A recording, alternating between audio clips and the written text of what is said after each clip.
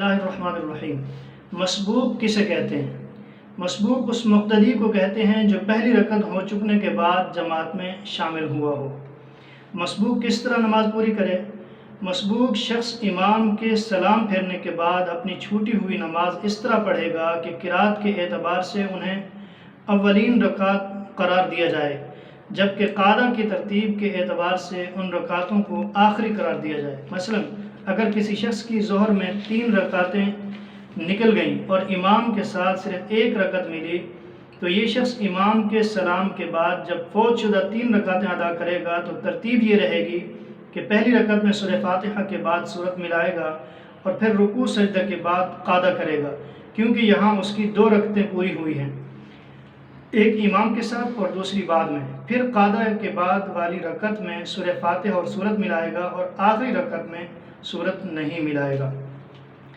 اگر کسی شخص کو امام کے ساتھ مغرب کی صرف 1 رکعت ملی تو وہ ما بقیہ 2 رکعتوں میں سورہ فاتحہ کے ساتھ سورت ملائے گا، اور بہتر ہے کہ ان کے درمیان قاعدہ کرے، تاہم اگر قاعدہ نہیں کیا تو بھی استحساناً نماز درست ہو جائے گی۔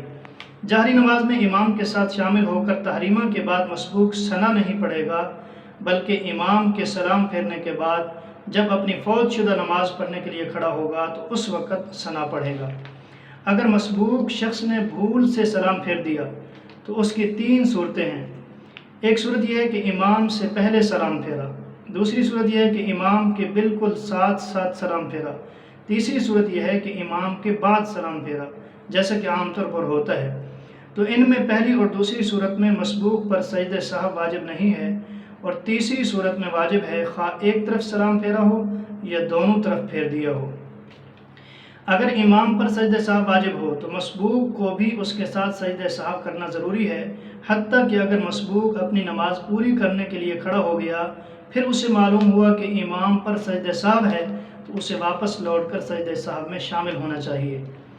مسبوق کو چاہیے کہ جب امام دونوں سلام پھیر چکے اور اس کا اطمینان ہو جائے کہ امام پر سجدہ سہو لازم نہیں ہے، تو اب وہ اپنی نماز پوری کرنے کے لیے کھڑا ہو۔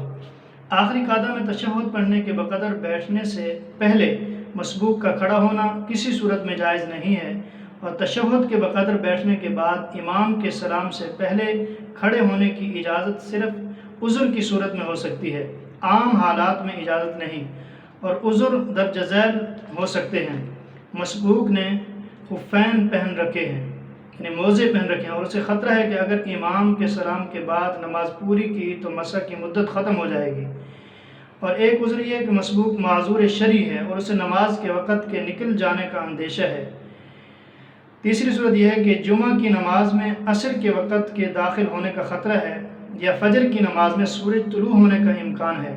چوتھا عذر یہ ہے کہ مسبوق کو اندیشہ ہے کہ امام کے سلام پھیرتے ہی ایسی بھیڑ ہوگی کہ اس کے لیے بعد میں اپنی نماز پوری کرنا مشکل ہو جائے گی، تو اس طرح کے اعذار کی وجہ سے وہ امام کے سلام پھیرنے سے قبل ہی اپنی نماز پوری کرنے میں مشغول ہو سکتا ہے، وگرنہ نہیں۔ اللہ تعالی ہمیں مسائل کو سمجھ کر عمل کرنے کی توفیق نصیب فرمائے۔